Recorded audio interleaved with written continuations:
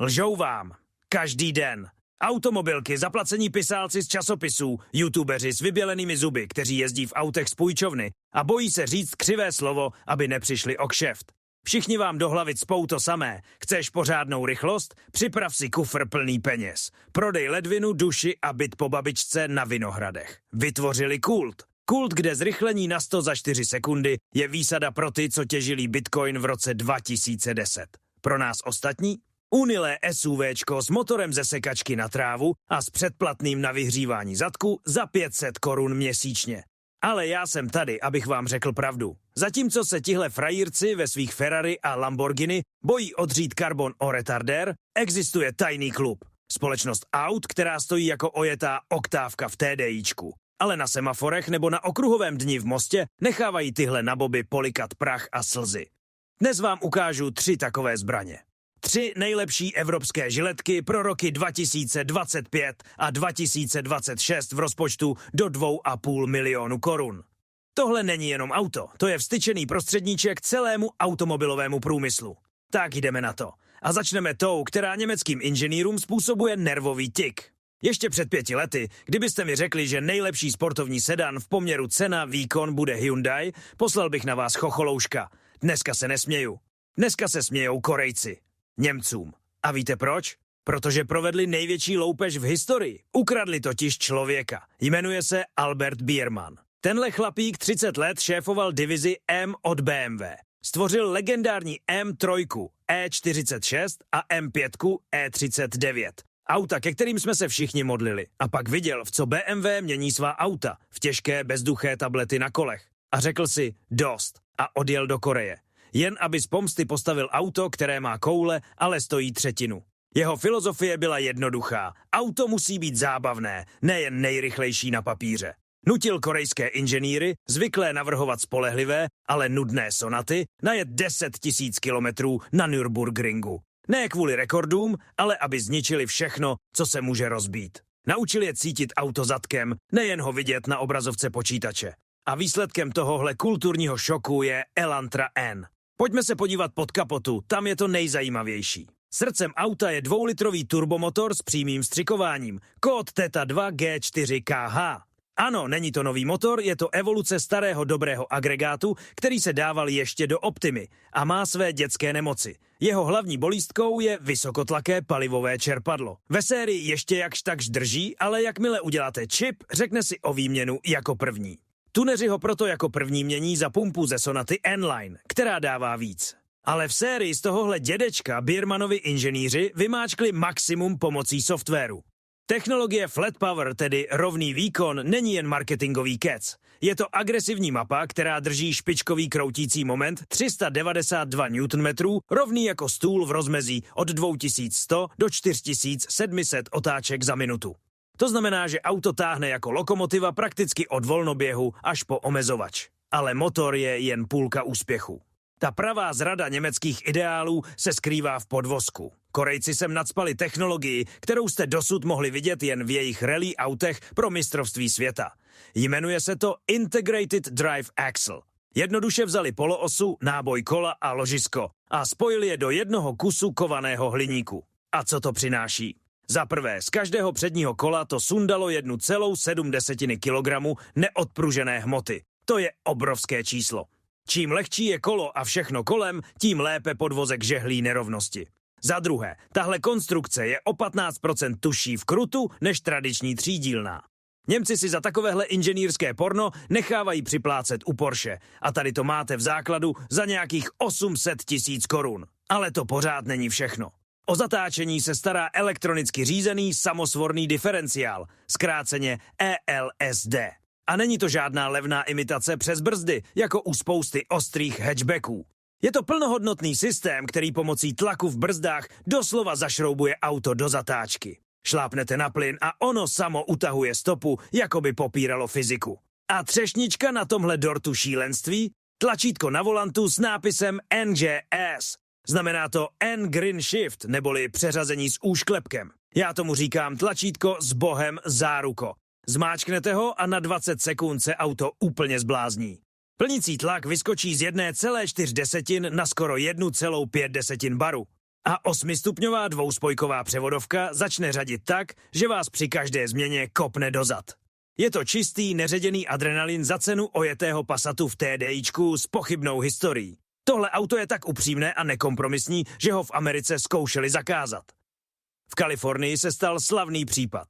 Majitele naprosto sériové Elantry jen zastavil policista a dal mu pokutu za příliš hlasitý výfuk. Jeho měřák ukázal 98 decibelů v režimu Sport, což překračuje místní limit 95 decibelů.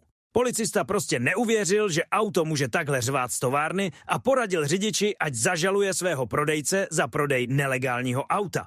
Museli se do toho vložit právníci Hyundai. Vzali auto na expertízu, aby soudu oficiálně dokázali, ano, plive oheň a ruší noční klid rovnou ze showroomu. A je to naprosto legální, protože ve standardním režimu je tiché.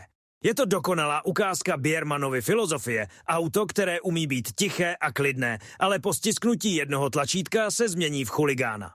Samozřejmě zázraky se nedějí a za 800 000 korun nedostanete interiér na úrovni Audi.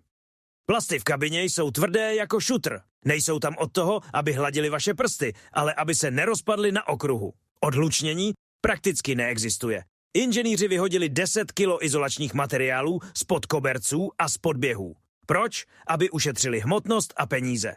Ušetřili na všem, na co si můžete sáhnout a každou korunu vrazili do toho, co vám vykouzlí úsměv na tváři. Do motoru, převodovky, podvozku a brzd. A koho zajímá, že je palubka z recyklovaných PET lahví. Když na okruhu v Brně předjíždíte BMW M240i, jehož majitel dal dvojnásobek za znáček na kapotě a měkčené plasty? Tohle není jenom auto, to je ideologie. Je to volba anarchisty, který oceňuje inženýrskou podstatu a ne marketingové pozlátko. Je to plivanec do tváře německé prémii. A to je teprve začátek našeho seznamu. Dobře, korejská drzost není pro každého. Potřebujete něco, čím ráno odvezete děti do školy a večer.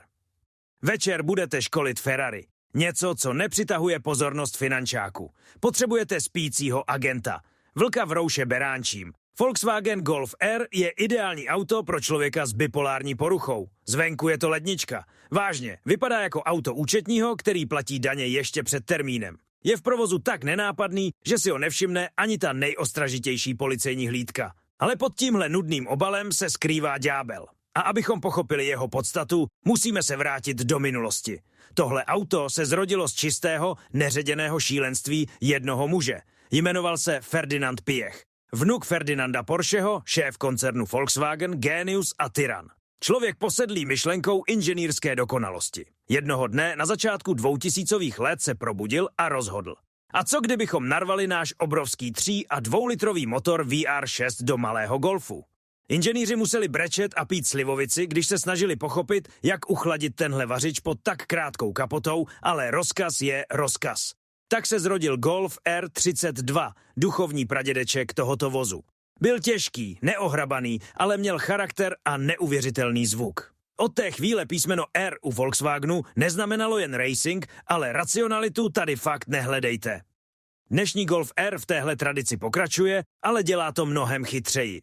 Pod kapotou je motor s kódem EA 888 Evo 4. To není jen motor, to je Kalašnikov světa motorů. Dávají ho všude, od Škody Octavie po Porsche Macan. Proč? Protože je spolehlivý jako švýcarské hodinky a zároveň je to sen každého úpravce. Z továrny má 328 koní, ale to je jen skromný začátek. Lidi z něj bez větších problémů dostanou i 500 koní, aniž by měnili písty nebo ojnice. Ale hlavní kouzlo faceliftu pro rok 2025 není v motoru. Je v zadní nápravě. Dřív byl Golf R rychlý, ale nudný.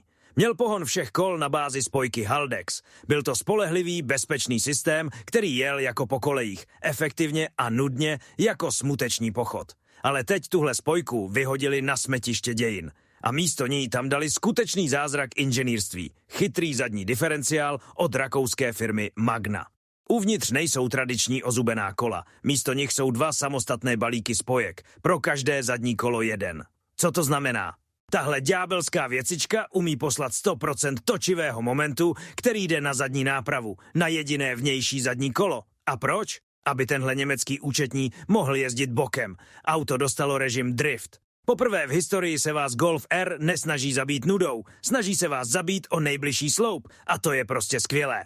Další vychytávka, ukradená přímo ze světa rally, je systém anti-lag, neboli předpětí turbodmychadla. Ve sportovním režimu, když uberete plyn, třeba před zatáčkou, škrticí klapka se nezavře úplně. Zůstane pootevřená a proud výfukových plynů dál roztáčí turbínu. A proč? Aby v momentě, kdy na výjezdu ze zatáčky znovu šlápnete na plyn, neexistovala žádná turbodíra, žádné zpoždění. Auto nepřemýšlí, mám jet? Prostě vás kopne dozad s okamžitou reakcí. A samozřejmě tenhle Golf je ideální platforma pro šílené úpravy. V Německu je malá firma jménem HGP Turbo.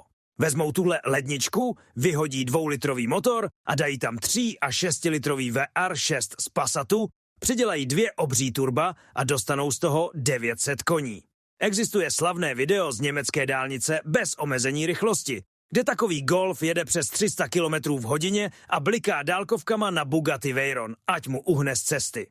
Dovedete si představit ten výraz majitele Bugatti, když ho předjíždí lednička s dětskou sedačkou vzadu? Přesně o tom je Golf R. Ale je tu i jeden háček. Je to přece Volkswagen a má jednu vrozenou vadu, inženýrskou botu, kterou se jim už 10 let nechce opravit. Je to vodní pumpa a termostat, spojené do jednoho plastového celku. Tenhle kus plastu je časovaná bomba. Pod kapotou se neustále zahřívá a chladne. A dřív nebo později, obvykle kolem 80 000 kilometrů, praskne a začne téct. Není to otázka jestli, ale kdy. Inženýři ve Volkswagenu o tom vědí, ale dál tenhle díl montují. Proč? Plánované zastarávání, přátelé. Aby se hezky sypaly peníze do servisů a ve faceliftu se stala tragikomedie. Několik let se majitelé osmičkových Golfů trápili s dotykovými tlačítky na volantu. Byla hrozná, spínala se náhodně, nedávala žádnou hmatovou odezvu. Byl to zločin proti ergonomii. Lidé si stěžovali, psali petice a pak zázrak. Šéf Volkswagenu veřejně přiznal, udělali jsme chybu už nikdy více. V modernizovaném Golfu GTI pro rok 2025 vrátili normální fyzická tlačítka. Vyhráli jsme. Ale víte, co udělali v Golfu R?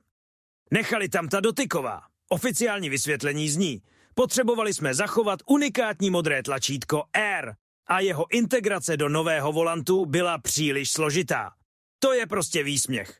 V podstatě nám říkají, vy, majitelé vrcholné verze, budete trpět kvůli jednomu hezkému tlačítku.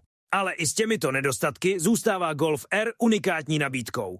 Je to dokonalá zbraň, maskovaná jako domácí spotřebič. Je to volba tajného agenta. Auto, ve kterém můžete ráno odvést tchyni na chatu a večer ukázat majiteli Lamborghini, že peníze fakt nejsou všechno.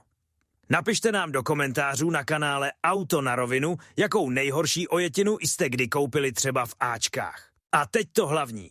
Auto, které zelení nenávidí tak moc, že by ho nejradši upálili na Staromáku. Legenda. Poslední dinosaurus před dopadem meteoritu jménem Euro 7, Audi RS3. Abyste pochopili tohle auto, musíte pochopit jeho srdce. A to srdce není jako každé jiné. 5 válců.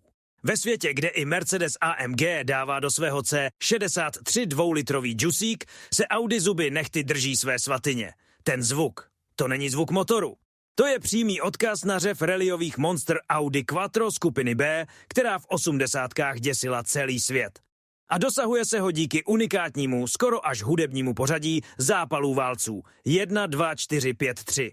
Přesně v tomhle pořadí vybuchuje benzín ve válcích a tvoří ten nezaměnitelný chraplavý a vzteklý řev, od kterého mají ekoaktivisté migrénu a nám běhá husí kůže po zádech. Tenhle zvuk se nedá napodobit, nedá se syntetizovat a pustit z repráků. Je skutečný. A tenhle motor není jenom charisma. Je to inženýrský skvost. 9krát v řadě vyhrál cenu Mezinárodní motor roku ve své třídě. 9krát. Zatímco ostatní výrobci dostávali ceny útěchy, tenhle agregát sbíral zlaté medaile a existuje navzdory vší logice moderního autoprůmyslu.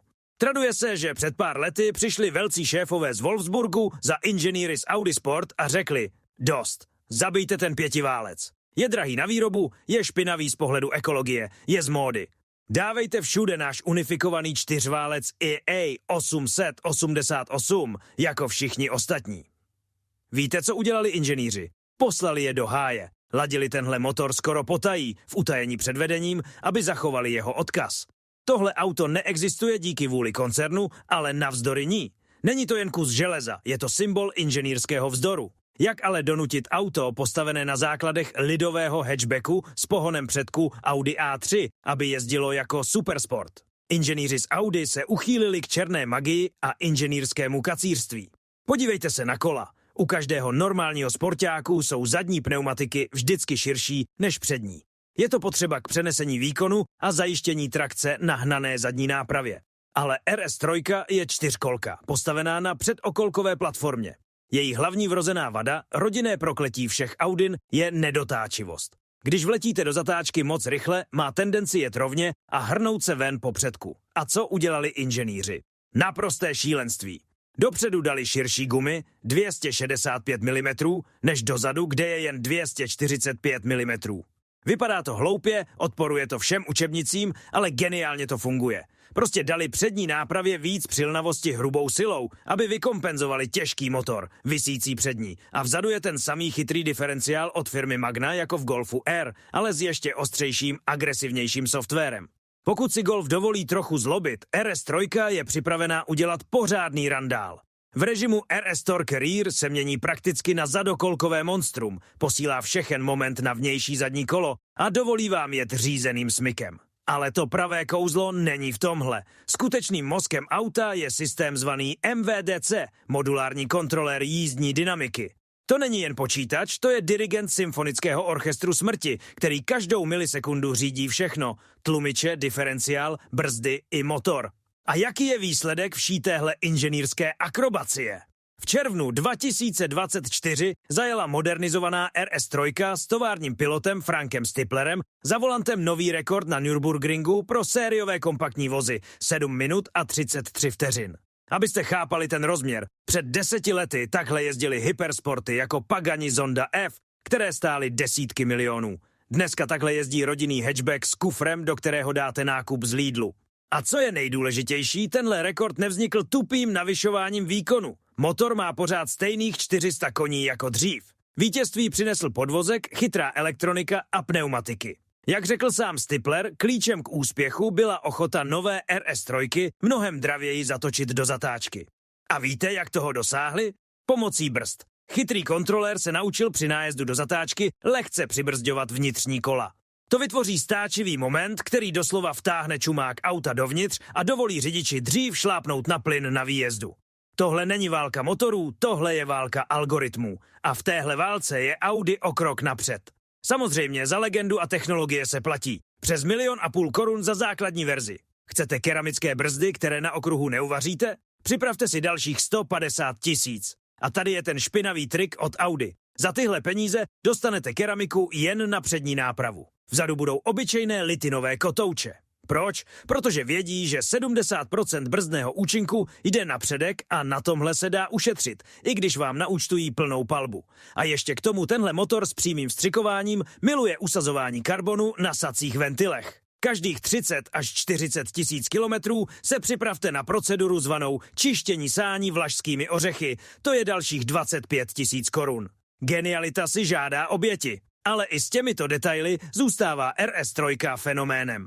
Není to jen rychlé auto, je to živoucí historie. Její motor je takový držák, že z něj američtí úpravci z Iros Motorsport dolují přes 1000 koní, aniž by měnili klikovou hřídel. Tohle není motor, to je kovadlina ukovaná bohy z Valhaly.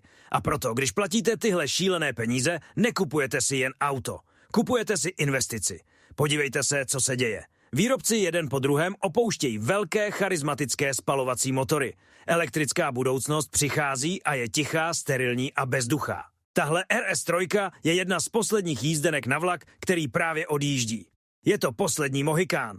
Za 5-10 let, až nás všechny přesadí do tichých elektrických vysavačů, bude tohle auto s jeho mechanickou upřímností a živým dýchajícím motorem mít cenu zlata.